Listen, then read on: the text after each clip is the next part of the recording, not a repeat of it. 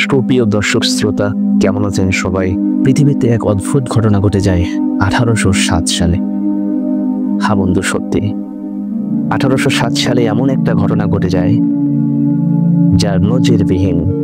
মানুষ এবং খরগোশের মধ্যে যুদ্ধ সংঘটিত হয়। ঘটনাক্রমে সেই যুদ্ধে মানুষ পরাজিত বরণ করে খরগোশের কাছে। হ্যাঁ, আমরা বিস্তারিত ইতিহাস থেকে জানব।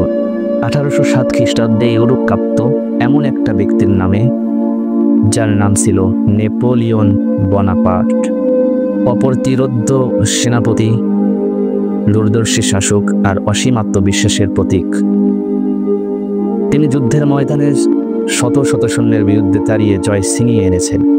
তিনি তখন সদ্য জয় করে এসেছেন এবং আরও একটি যুদ্ধে জয়ের চুক্তি সই করেছেন, যেই চুক্তির নাম ছিল টিলসিট চুক্তি। এই জয়ের উদযাপনের আয়োজন করা হয় এক বিশেষ খরগোশ শিকার অনুষ্ঠানের মাধ্যমে। উদ্দেশ্য ছিল বিনোদন, কিছু আরাম আর বিজয়ের আরেকটি অনন্য উদযাপন। নেপোলিয়নের এক বিশ্বস্ত সহচর আলেকজান্ডার বেরথিয়ার এই শিকারের আয়োজন করেন। তিনি কয়েকশো নয়, প্রায় 3000 খরগোশ সংগ্রহ করেন। পরিকল্পনা ছিল খোলা মাঠে খরগোশগুলোকে ছেড়ে দেওয়া হবে আর নেপোলিয়ন ও তার সৈন্যরা সেই খরগোশদেরকে শিকার করবে। এক রাজকীয় আয়োজন।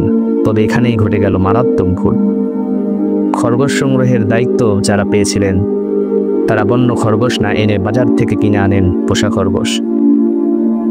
এই খরগোশগুলো সাধারণত মানুষ দেখে ভয় পায় না, বরং তাদের জীবন কাটে মানুষের আশেপাশে, আর মানুষের হাতেই তাদের খাবার দাবার হওয়ার কারণে তারা মানুষ আর খাবারের জন্য মানুষের দিকেই দৌড়ায়। যুদ্ধের শুরু ইতিহাসের সবচেয়ে অদ্ভুত যুদ্ধ। যেই মুহূর্তে খরগোশগুলো মাঠে ছাড়া হয়, প্রত্যাশা ছিল তারা দৌড়ে পালাবে আর নেপোলিয়নের সৈন্যরা খরগোশগুলোকে শিকার করবে। কিন্তু ঘটল উল্টো ঘটনা। হাজার হাজার খরগোশ ভয় না পেয়ে নেপোলিয়নের দিকেই তেড়ে আসে, যেন তিনি তাদের রুটি ও গাজরের ঝুড়ি হাতে কোনো খরগোশের রাজা।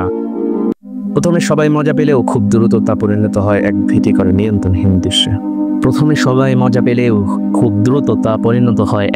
ভীতিকর নিয়ন্ত্রণহীন দৃশ্য।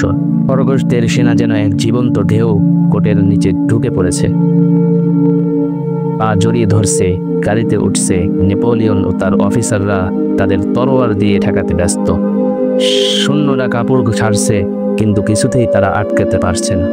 শেষ পর্যন্ত নেপোলিয়ন নিজের গাড়িতে উঠে পালিয়ে যান আর খরগোশদের বিজয় রচিত হয়। এই গল্পের শিক্ষণীয় বিষয়গুলো আমরা পার্ট 2-তে আলোচনা করব ইনশাআল্লাহ। ততক্ষণে সবাই ভালো থাকবেন, সুস্থ থাকবেন। আল্লাহ হাফেজ।